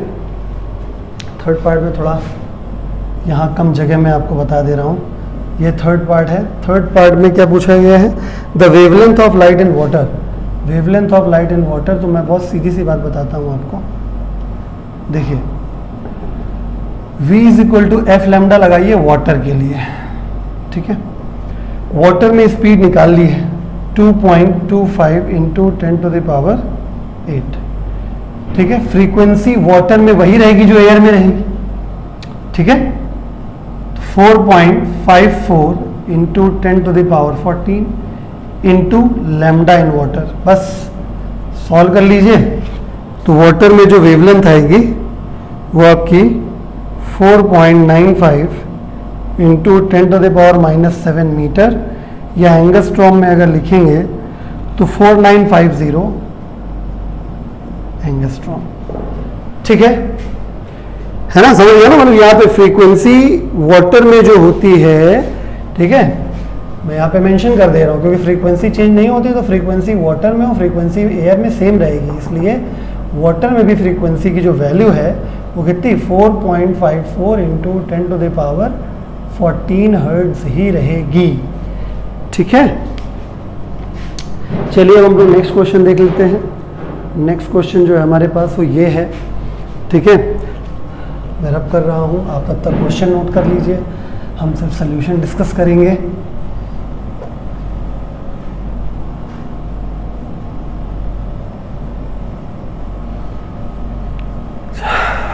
चलिए तो सोल्यूशन पे आते हैं हम लोग। ठीक है, सोल्यूशन क्या है, सॉरी मतलब देखिए इसमें लिखा है monochromatic light of wavelength 589 nanometre is incident from air on a water surface. यानी वेवलेंथ जो एयर में है वो 589 नैनोमीटर है। नैनो 10 टू पावर -9 होता है, तो 589 into 10 to the power -9 metre हो गया। ठीक है, what are the wavelength, frequency and speed of reflected and refracted rays. ठीक है, तो पहली बात तो रिफ्लेक्टेड रेज के बारे में बता दूं। रिफ्लेक्ट जब लाइट रे होती है तो ना ही स्पीड बदलती है, क्योंकि उसी मीडियम में लाइट वापस चली तो स्पीड नहीं बदलती, फ्रीक्वेंसी का बदलने का सवाल नहीं पैदा होता, और जब स्पीड नहीं बदली, फ्रीक्वेंसी नहीं बदली, तो वेवलेंथ कैसे बदल जाएगी। ठीक है, ओके, तो ये सब नहीं बदलते। What are the wavelength, frequency and speed. तो पहले एक काम कर लेते हैं, हमारे पास speed of wavelength in air पता है। स्पीड इन एयर कितनी होती है, 3 into 10 to the power 8 metre पर सेकेंड होती है। तो पहले तो फॉर्मूला लगा लेते हैं, v is equal to f lambda air और एयर के लिए। तो ये 3 इंटू 10 टू द पावर 8 हो गया। फ्रीक्वेंसी इन एयर कैलकुलेट करना है, ये 589 इंटू 10 टू द पावर -9 हो गया। सॉल्व कर लेंगे तो फ्रीक्वेंसी इन एयर जो आ जाएगी वो 5.09 into 10 to the power 14 hertz आ जाएगी। अब पहले सवाल का आंसर नो चेंज। ठीक है, इन स्पीड, क्योंकि मीडियम नहीं बदलेगा, उसी मीडियम में रिफ्लेक्ट होकर वापस चली जाती है। स्पीड नहीं बदली तो वेवलेंथ भी नहीं बदलेगी, और फ्रीक्वेंसी तो बदलती ही नहीं है, क्योंकि फ्रीक्वेंसी हमेशा सोर्स पे डिपेंड करती है कि उस वेव को पैदा किसने किया, उसका सोर्स कौन है। ठीक है, तो स्पीड, वेवलेंथ एंड फ्रीक्वेंसी, तो no change in speed, wavelength, frequency. Second part में आ जाते हैं। सेकेंड पार्ट में रिफ्रैक्टेड लाइट। ठीक है, रिफ्रैक्टिव इंडेक्स दे रखा है वाटर का विद रिस्पेक्ट टू एयर 1.33। ठीक है, तो पहली चीज कि जो फ्रीक्वेंसी रहेगी वाटर में, है ना, वो कितनी रहेगी, वही रहेगी जो है। ठीक है, frequency in water equal to frequency in air is equal to 5.09 into 10 to the power 14 hertz, यानी कि नो चेंज। फ्रीक्वेंसी में तो कोई चेंज नहीं हुआ। ठीक है, स्पीड ज़रूर बदलेगी, वेवलेंथ ज़रूर बदलेगी। तो आइए, तो क्योंकि refractive index of water with respect to air 1.33 है, इसका मतलब speed of light in air upon speed of light in water equal to 1.33 है। तो ये 3 into 10 to the power 8 upon speed of light in water is equal to 1.33 हो जाएगा। तो speed of light in water जो आ जाएगा वो कितना आ जाएगा, 2.2 626 इंटू 10⁸ मीटर पर सेकेंड। ठीक है, तो ये चेंज हो गया। तो कैसे चेंज हुआ, पहले इतना था, ये तो इस केस में डिक्रीज हो गया। चलिए लास्ट पार्ट वेवलेंथ पे आ जाते हैं। ठीक है, फॉर्मूला क्या होता है, refractive index of water with respect to air 1.33 है। ठीक है, तो इसका फॉर्मूला क्या होता है, wavelength in air upon wavelength in water equal to 1.33 हो गया। तो वेवलेंथ इन एयर कितना दिया हुआ है 589, डायरेक्टली एंगस्ट्रॉम में रखिए, डायरेक्टली एंगस्ट्रॉम में आएगा। 1.33 सॉल्व करेंगे तो वाटर में जो वेवलेंथ आ गई वो 444 नैनोमीटर आ गई, क्योंकि नैनोमीटर रखा था। तो देखिए पहले 444 था, अब पहले 598 था, 444 था, यानी इस केस में भी क्या हुआ, डिक्रीज हो गया। आई बात। चलिए तो हमारे पास अगला टॉपिक है factors affecting refractive index of a medium. किसी मीडियम का रिफ्रैक्टिव इंडेक्स किन बातों पर डिपेंड करता है, अभी फिलहाल क्वेश्चन पे ध्यान मत दीजिएगा, इधर ध्यान दीजिए। Factors affecting refractive index of a medium, तो रिफ्रैक्टिव इंडेक्स किन किन बातों पर डिपेंड करता है, तो refractive index of medium depends on number 1 nature of the medium. ठीक है, मीडियम के नेचर पे डिपेंड करता है। नेचर में किस बिहाफ पे डिस्कशन है ना, on the basis of speed of light of that medium. देखिए बहुत अच्छे से हम लोगों को पता है कि जिस मीडियम में लाइट की स्पीड कम हो जाती है उसे डेंसर कहते हैं, और जिस मीडियम में लाइट की स्पीड बढ़ जाती है उसे रेयर कहते हैं। और डेंसर मीडियम का रिफ्रैक्टिव इंडेक्स हाई होता है और रेयर मीडियम का रिफ्रैक्टिव इंडेक्स लो होता है। तो बहुत सिंपल है कि more is the speed of light in that medium, जिस मीडियम में स्पीड ऑफ लाइट ज्यादा होगी, ठीक है, more is the speed of light in that medium, जिस मीडियम में लाइट की स्पीड ज्यादा होगी ऑब्वियसली वो रेयर मीडियम होगा, यानी उसकी डेंसिटी कम होगी, यानी उसका रिफ्रैक्टिव इंडेक्स भी कम होगा। नहीं समझे, more is the speed of light, यानी जिसमें स्पीड ज्यादा होगी। स्पीड ज्यादा किसमें होगी, जिसमें डेंसिटी कम होगी। डेंसिटी किसकी कम होगी, जिसका रिफ्रैक्टिव इंडेक्स कम होगा। बस, तो स्पीड ज्यादा उसी मीडियम में होती है जिसकी डेंसिटी कम होती है, जिसका रिफ्रैक्टिव इंडेक्स कम होता है। तो वही है, more is the speed of light in that medium, laser will be the refractive index and vice वर्सा। अगला केस है फिजिकल कंडीशन। फिजिकल कंडीशन किसके बिहाफ पे एक्सप्लेन कर रहे हैं, on the basis of temperature. सबको पता है टेम्परेचर बढ़ाने से डेंसिटी कम हो जाती है, डेंसिटी कम मतलब रिफ्रैक्टिव इंडेक्स कम, सिंपल। ठीक है, यानी अगर हम किसी मीडियम का टेम्परेचर बढ़ाते हैं तो उसका रिफ्रैक्टिव इंडेक्स कम हो जाना तय है। तो वही लिखा, with increase in temperature of medium refractive index decreases and vice वर्सा। सबसे इंपॉर्टेंट है कलर ऑफ लाइट। कलर जो होता है लाइट का वो डिसाइड करता है वेवलेंथ। तो हम डिस्कस करेंगे वेवलेंथ के आधार पे। तो लिखा है that is on the basis of wavelength of light. ठीक है, तो आप इसको याद कर लीजिए। एक रिलेशन होता है, कॉची एक साइंटिस्ट थे, तो उन्होंने अपने रिलेशन को, मतलब अपने फॉर्मूले को कॉची रिलेशन बोला था। कॉची रिलेशन क्या है एग्जैक्टली आपको नहीं पढ़ना है, ना ही 10th में ना ही 12th में। ठीक है, आपको बस इतना समझना है, कॉची रिलेशन ये कहता है कि रिफ्रैक्टिव इंडेक्स और वेवलेंथ इनवर्सली रिलेटेड होते हैं। इनवर्सली रिलेटेड होते हैं मतलब अगर वेवलेंथ बढ़ा दी जाएगी तो मीडियम का रिफ्रैक्टिव इंडेक्स कम हो जाएगा। ठीक है, अब कुछ लोग इस बात को बहुत हल्के में लेंगे तो वो गलती कर रहे हैं। मैं आपको एक बहुत सॉलिड बात बताने जा रहा हूं, बहुत ध्यान सुनिएगा। यहां पे बात क्या हो रही है, यहां पे बात ये हो रही है कि हम ग्लास में रेड कलर की लाइट डालेंगे तो ग्लास का रिफ्रैक्टिव इंडेक्स कुछ और है, और ब्लू कलर की लाइट डालेंगे तो उसका रिफ्रैक्टिव इंडेक्स कुछ और है। क्या हम गलत कह रहे हैं, हम सही कह रहे हैं। ठीक है, आपको ऐसा लग सकता है कि ग्लास तो ग्लास है, उसमें ब्लू कलर की लाइट डालो, ग्रीन कलर की लाइट डालो, रेड कलर की लाइट डालो, क्या फर्क पड़ता है। ग्लास की जो डेंसिटी होगी वो थोड़ी ना बदल जाएगी, ग्लास का जो रिफ्रैक्टिव इंडेक्स होता है वो थोड़ा बदल जाएगा। नहीं, ऐसा नहीं है। बात बहुत ध्यान समझिएगा। ठीक है, मटेरियल का रिफ्रैक्टिव इंडेक्स इस बात पर भी डिपेंड कर जाता है कि कौन से कलर की लाइट डाली जाती है। बिल्कुल उसी तरीके से जैसे क्लास में टीचर बच्चों को डील करने के अलग अलग मेथड्स यूज करता है। कोई कमजोर बच्चा हो गया तो उसको प्रॉपरली एक एक फॉर्मूला लिख के, एक एक लाइन लिख के कोई सम बताता है। ठीक है, कोई अच्छा बच्चा हो गया, इंटेलिजेंट बच्चा आ गया, उसके पास तो सीधे बता दिया ये फॉर्मूला होता है, वैल्यू यहां रख लेना, आंसर आ जाएगा। आई बात समझ में। बिल्कुल उसी तरीके से कि ग्लास में अगर आपने रेड लाइट डाली है तो ग्लास है, उसका रिफ्रैक्टिव इंडेक्स रेड कलर के लिए अलग होगा, और अगर ब्लू कलर की लाइट डाली है तो उसी ग्लास का रिफ्रैक्टिव इंडेक्स ब्लू कलर के लिए अलग हो जाएगा। आई बात समझ में। यानी कि पहली बात तो आप ये समझिए कि कॉची ने ये कहा कि अगर रेड कलर की वेवलेंथ सबसे ज्यादा होती है तो रेड कलर के लिए ग्लास का रिफ्रैक्टिव इंडेक्स सबसे कम होगा, या किसी भी मीडियम का रिफ्रैक्टिव इंडेक्स सबसे कम होगा। ठीक है, और वॉयलेट कलर की वेवलेंथ सबसे कम होती है तो वॉयलेट कलर के लिए किसी मीडियम का रिफ्रैक्टिव इंडेक्स सबसे ज्यादा होगा। पहली बात तो समझ में आ गई कि वेवलेंथ और रिफ्रैक्टिव इंडेक्स इनवर्सली रिलेटेड होते हैं, यानी अगर एक ही मीडियम में आप अलग अलग कलर की लाइट डालेंगे तो जिस कलर की लाइट की वेवलेंथ सबसे कम होगी उस कलर की लाइट के लिए उस मटेरियल का रिफ्रैक्टिव इंडेक्स सबसे ज्यादा हो जाएगा, और जिस कलर की लाइट का वेवलेंथ सबसे ज्यादा होगा उस कलर के लिए उस मीडियम का रिफ्रैक्टिव इंडेक्स सबसे कम हो जाएगा। आई बात समझ में? तो ये बात याद रखिएगा कि अलग अलग कलर के लिए मीडियम का रिफ्रैक्टिव इंडेक्स भी अलग अलग हो जाए। तो वही में लिखा है more is the wavelength of light laser will be the refractive index and vice वर्सा। चलिए क्वेश्चन भी आपको समझा देते तो आप समझ में आ जाएगा।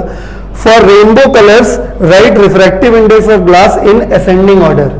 ठीक है, तो असेंडिंग ऑर्डर यानी बढ़ते हुए क्रम में रिफ्रैक्टिव इंडेक्स लिखना है, यानी वेवलेंथ को पहले हम घटते हुए ऑर्डर में लिखें।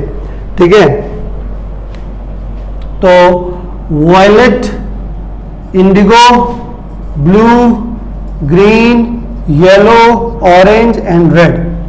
ठीक है, तो वेवलेंथ ऑफ रेड कलर सबसे ज्यादा होती है, वेवलेंथ ऑरेंज कलर उससे कम, वेवलेंथ येलो कलर की उससे कम, ग्रीन कलर की वेवलेंथ उससे कम, ब्लू कलर की वेवलेंथ उससे कम, इंडिगो की उससे कम और वॉयलेट की सबसे कम। ठीक है, और क्योंकि इनवर्सली रिलेटेड होते हैं तो रिफ्रैक्टिव इंडेक्स रेड कलर का सबसे कम हो जाएगा, ऑरेंज का उससे ज्यादा, येलो का उससे ज्यादा, ग्रीन का उससे ज्यादा, ठीक है, ग्रीन का उससे ज्यादा, ब्लू का उससे ज्यादा, इंडिगो का उससे भी ज्यादा, और सबसे ज्यादा रिफ्रैक्टिव इंडेक्स किसके लिए होगा? वॉयलेट कलर के लिए। तो ये असेंडिंग ऑर्डर हो गया, बढ़ता हुआ क्रम। सबसे ज्यादा रिफ्रैक्टिव इंडेक्स वॉयलेट कलर के लिए होगा और सबसे कम रिफ्रैक्टिव इंडेक्स रेड कलर के लिए होगा। चलिए अब लोग क्वेश्चन पे आ जाते हैं। क्वेश्चन भी स्क्रीन पे दिख रहा है, इसको मैं रब करने जा रहा हूं। लिखा है the diagram below shows two parallel rays A and B of red and violet light respectively incident from air on air glass boundary. Complete the diagram showing the refracted rays from then in glass. ठीक है, चलिए इसको मैं रब कर देता हूँ और क्वेश्चन को सॉल्व कर दो। क्वेश्चन आपको लिखना है, ठीक है, क्वेश्चन आप अपनी नोटबुक में प्रॉपरली लिखेंगे। मैं केवल सोल्यूशन बताने जा रहा हूँ यहाँ पे।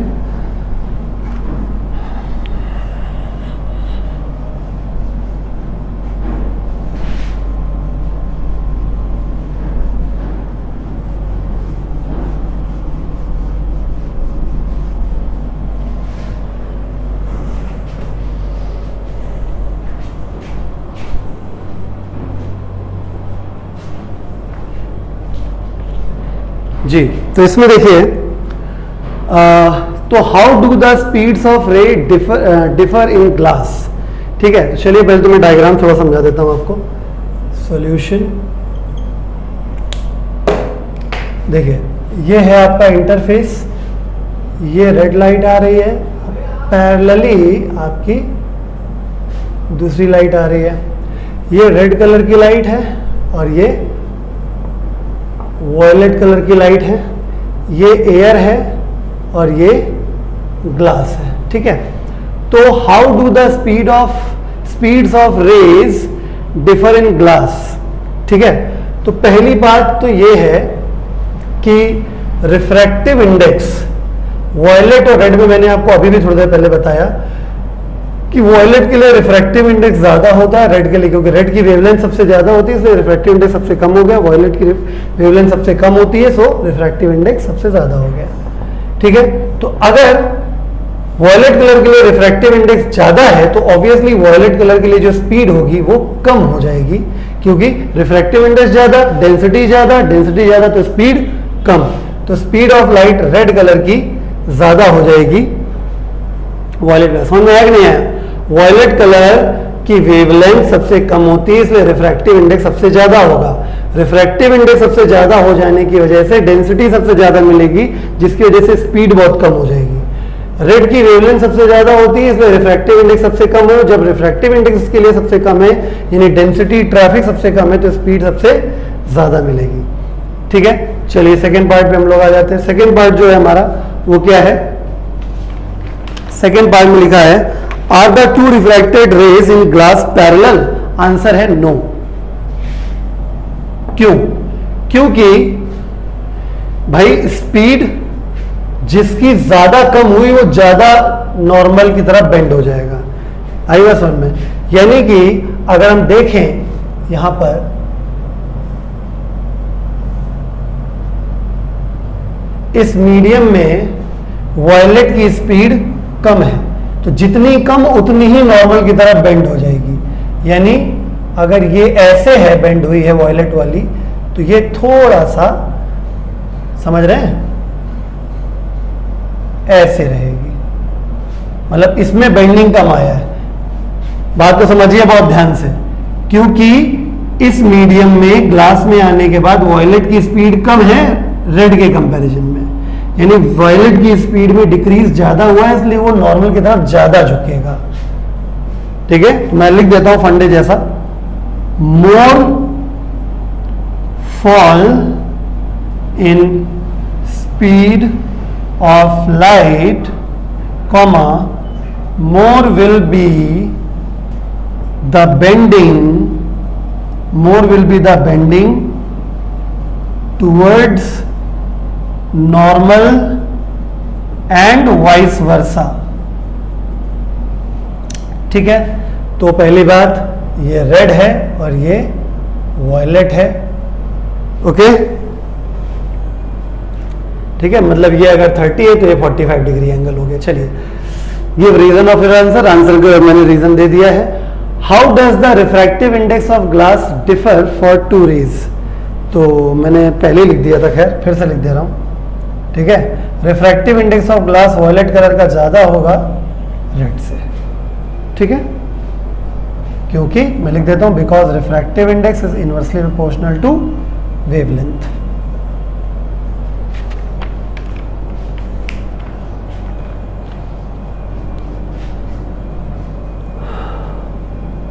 नेक्स्ट अपने पास अब एक क्वेश्चन है, ये क्वेश्चन आप लिख लीजिए अपनी कॉपी पे, मैं सॉल्यूशन करता हूं।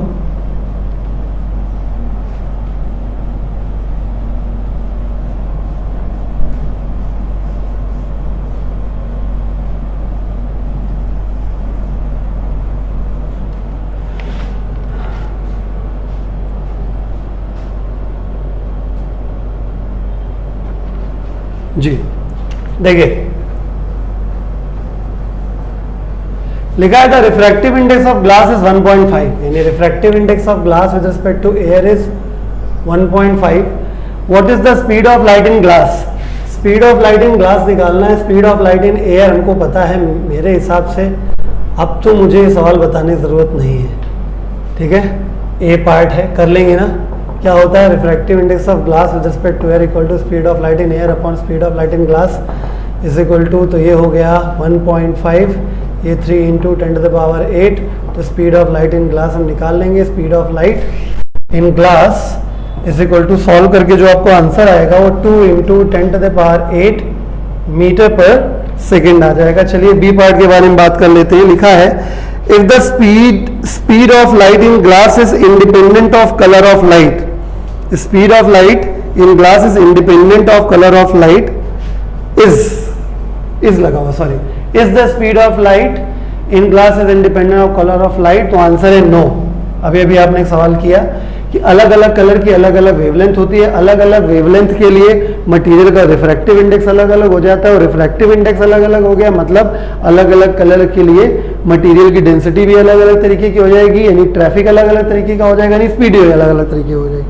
ठीक है, तो इफ नॉट, आगे लिखा है if not which of the two colours red और violet travel slower in glass prism, तो ग्लास का प्रिज्म हो चाहे खुद भी ग्लास हो, कोई फर्क नहीं पड़ता, तो कौन स्लो चलेगा? तो देखिए फिर वही बात हो गई, रेड और वायलेट, रेड की wavelength of red is more than wavelength of violet, तो रिफ्रैक्टिव इंडेक्स उल्टा हो जाएगा, refractive index of red is less than refractive index of violet, और रिफ्रैक्टिव इंडेक्स इसके लिए कम होगा, स्पीड उसके लिए ज्यादा हो जाएगी, यानी स्पीड ऑफ रेड इज मोर और स्पीड ऑफ वायलेट से, तो कौन स्लो चल रहा है? That is violet will travel slower. ठीक है, ये धीरे चलेगी। चलिए हमारे पास अब थोड़ा सा डिफरेंट क्वेश्चन है, बहुत ध्यान से देखिएगा। क्वेश्चन में लिखा है what do you know about the speed of red and blue light in vacuum and in glass. यानी आपको रेड कलर के लिए आपको स्पीड निकालनी है वैक्यूम में और ग्लास में, और ब्लू कलर की स्पीड निकालनी है वैक्यूम और ग्लास में। ठीक है, रिफ्रैक्टिव इंडेक्स ग्लास में, ग्लास का रिफ्रैक्टिव इंडेक्स ब्लू कलर के लिए इतना है और रेड कलर के लिए इतना है। तो देखिए आपको अब दिखाई दे रहा है साफ साफ कि वही ग्लास है, लेकिन ब्लू कलर के लिए रिफ्रैक्टिव इंडेक्स अलग है और रेड कलर के लिए अलग है। स्पीड ऑफ लाइट ये दिया हुआ है एयर में या वैक्यूम में, तो मैंने सब कुछ लिख दिया है। रेड कलर का वैक्यूम में स्पीड, रेड कलर का ब्लू कलर का वैक्यूम में स्पीड निकालना है, रेड कलर का ग्लास में स्पीड निकालना है, ब्लू कलर का ग्लास में स्पीड निकालना है। रिफ्रैक्टिव इंडेक्स ब्लू कलर का ये है, रेड कलर का ये है, एयर में स्पीड इतनी है। पहला पार्ट। अगर हम बात करें वैक्यूम की या एयर की, तो ये नोट कर लीजिए अपने पास, all colours travel with same speed in vacuum और एयर, दैट इज 310 मीटर पर सेकेंड। यानी एयर में या वैक्यूम में हर कलर, चाहे violet, indigo, blue, green, yellow, orange, red, कोई भी हो कलर, सबकी स्पीड सेम रहती है। यानी ब्लू कलर की और रेड कलर की स्पीड वैक्यूम में यानी फर्स्ट केस में, ठीक है, सेम रहेगी 308 मीटर पर सेकेंड। कोई कैलकुलेशन करने की जरूरत नहीं है। ठीक है, अब हम बात ग्लास की करें तो ग्लास में हाँ बिल्कुल बदल जाती है, अलग अलग कलर अलग अलग स्पीड में चलता है। पिछला क्वेश्चन अभी आपने देखा होगा जब मैंने 2 रेज वाला बताया था कि दोनों अलग अलग कलर की जो स्पीड थी वो ग्लास में अलग अलग हो गई थी। तो यहाँ पे कैलकुलेट करने जा रहे हैं हम लोग। ठीक है, तो देखिए क्योंकि mu is equal to speed of light in air upon speed of light in that medium होता है, तो ब्लू कलर के लिए refractive index is equal to speed of light in air upon blue colour की speed उस medium में। ठीक है, वैल्यू रख देंगे। म्यू बी का value 1.665, speed of light in air 320/8 और वी बी यानी speed of blue colour in glass निकल आएगा। तो ये वैल्यू आएगी 802 इंटू 10⁸ मीटर पर सेकेंड। इसी तरीके से रेड कलर के लिए ग्लास का refractive index is equal to air में लाइट की स्पीड अपॉन रेड कलर की लाइट की उस मीडियम में स्पीड। वैल्यू रख देते हैं तो 1.645 is equal to 3 into 10⁸ upon red colour की स्पीड। तो रेड कलर की स्पीड हम लोग सॉल्व करके निकाल लेंगे तो 1.824 इंटू 10⁸ मीटर पर सेकेंड। देखिए हमने पिछले क्वेश्चन में प्रूव भी कराया था कि रेड कलर की स्पीड सबसे ज़्यादा होती है और अदर कलर्स की कंपेरेटिवली कम होती है। देखिए रेड की 1.824 है, इसकी 802 के आसपास है। आई बात समझ में? चलिए अब रिलेशन पढ़ना है, रिलेशन बिटवीन 1μ2 एंड 2μ1, यानी उल्टा रिलेशन पढ़ना है हम लोगों को अब। तो कंसीडर सिचुएशन, ऐसा डायग्राम भी हम आपको इसी वीडियो में दिखा चुके हैं कि लाइट एक मीडियम से दूसरे मीडियम में गई, ये रेयर, ये डेंसर, मीडियम 1, मीडियम 2 मिरर पे टकरा के सीधे 90 डिग्री पे गिरी तो अपने पाथ को रिट्रेस कर गई। ठीक है, तो इस सिचुएशन में 2 पाथ हो गए, 2 बार रिफ्रैक्शन हो गया। तो for A to O to B में अगर करेंगे तो हो जाएगा sine I upon sine are equal to 1μ2, equation number 1। और फॉर अगर B to O to A करेंगे, ठीक है, तो हो जाएगा इस बार sine of angle of incidence r हो जाएगा और sine of angle of refraction i हो जाएगा और ये हो जाएगा 2μ1, इक्वेशन नंबर 2। अब हम दोनों को अगर मल्टीप्लाई कर देते हैं दोनों इक्वेशन को, तो sine I upon sine r into sine r upon sine i is equal to 1μ2 into 2μ1।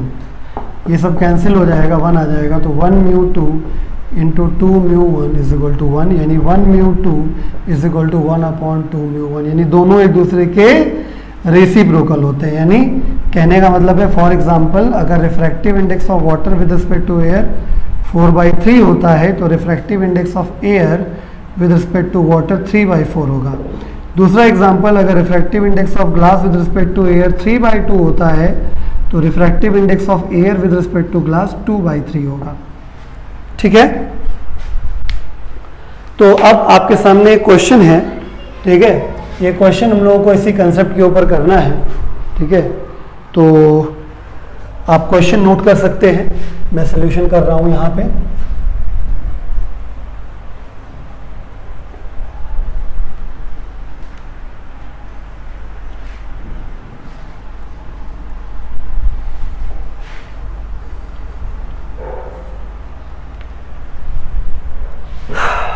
Solution देखिए,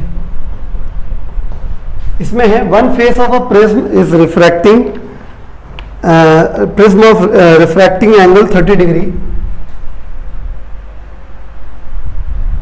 अगर किसी को प्रिज्म के बारे में ना पता हो तो वो मेरा बेसिक का पहले वीडियो देखे फिर इस क्वेश्चन को करे, ठीक है। ए बी सी ये प्रिज्म है और इसमें लिखा है one face of the prism of refracting angle 30 degree. Refracting angle A की वैल्यू 30 डिग्री दे दी गई इस क्वेश्चन में। एंड रिफ्रैक्टिव इंडेक्स, ये ग्लास का अगर मान लिया जाए तो refractive index of glass with respect to air 1.33 दे दिया गया है। इस सिल्वर्ड, एक फेस इसका सिल्वर कर दिया गया है, यानी एक तरफ पॉलिश कर दी गई है, ठीक है। At what angle must a ray of light fall on the unsilvered face so that after refraction into the prism and reflection at the silvered surface it retraces path? Obviously कोई भी चीज retrace तब करती है जब वो silvered surface पे normally incident होती है, तभी वो अपने आप को रिट्रेस करती है, ठीक है। यानी इसका मतलब लाइट रे 100% ऐसे आई होगी। अगर मैं यहाँ पे एक नॉर्मल ड्रॉ कर दूँ तो टूवर्ड्स द नॉर्मल बेंड हुई है, तो इसका मतलब ray must be like this, ऐसे आई होगी, रे ऐसे आई होगी। ए मतलब इंसिडेंट रे ये है, ऐसे आई, यहाँ पे टकराई, यहाँ पे हमने नॉर्मल बना दिया एन एन डैश, फिर रिफ्रैक्ट होकर ऐसे चली गई, मतलब ये वाला एंगल हो गया एंगल ऑफ इंसिडेंस और ये वाला एंगल हो गया एंगल ऑफ रिफ्रैक्शन। तभी जब यहाँ से लाइट ऐसे आई तो सपोज पी पॉइंट पे टकरा के रिट्रेस कर गई अपने पाथ को, ठीक है। तो ये हुआ। तो हमें कैलकुलेट क्या करना है, हमें at what angle must the ray of light fall on the silvered surface, at what angle must the ray of light fall on the unsilvered face, यानी आई की वैल्यू निकालनी है, ठीक है। यानी एंगल ऑफ इंसिडेंस निकाल लो या surface से एंगल निकाल लो, ठीक। चलिए तो हम लोग करते हैं, मतलब ये वाला एंगल निकालना है कि अनसिल्वर्ड सरफेस से कितना एंगल बना के उसको टकराना चाहिए, यानी थीटा का वैल्यू हमें कैलकुलेट करना। चलिए कोई बात नहीं, बहुत अच्छी बात है। अगर ये 30 डिग्री है, ये 90 डिग्री है, तो ऑब्वियसली ये एंगल कितना हो गया 90 है, तो ऑब्वियसली ये हो गया 60 degree.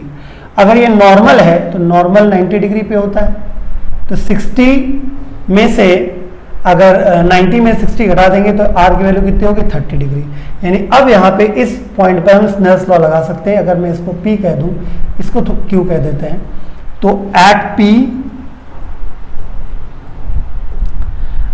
P by Snell's law, क्यों? क्योंकि P पॉइंट पे लाइट एक मीडियम से दूसरे मीडियम में जा भी रही है, अपने रास्ते से डेविएट भी हो रही है। तो sine of angle of incidence I upon sine of angle of refraction which is 30 degree is equal to refractive index of glass with respect to air. क्यों? क्योंकि लाइट ग्लास में जा रही है, एयर से आ रही है, ठीक है। तो sine I is equal to sine 30, sine 30 is 1/2, तो 1/2 उधर भेज दिया हमने। Refractive index of glass with respect to air 1.33, तो 1.33 को समझिए 4/3, तो ये 4/3 हो गया, तो ये 2 2 ज़ा 4, ठीक है। तो ये जो एंगल आएगा sine I is equal to 2/3, तो जब सॉल्व करेंगे तो I is equal to sine inverse, ठीक है। ICSE 10th वालों के लेवल का क्वेश्चन नहीं है ये, 2/3, और जब इसको सॉल्व करेंगे तो I का वैल्यू आएगा 45 डिग्री। या अगर ICSE वालों के लिए आएगा तो इस क्वेश्चन में वैल्यू दे दी जाएगी कि साइन इनवर्स 2/3 का वैल्यू कितना है 45 डिग्री है, तब आप कर सकते हैं, ठीक है। तो I का वैल्यू 45 हो गया, तो हमें थीटा निकालना, तो साथ साथ देखिए नॉर्मल से ये जो एंगल कितना है 90 डिग्री का होगा, तो लिखेंगे because I plus theta is equal to 90 degree, इसलिए 45 degree plus theta is equal to 90 degree implies that theta is equal to 45 degree. ये आपका आंसर हो गया।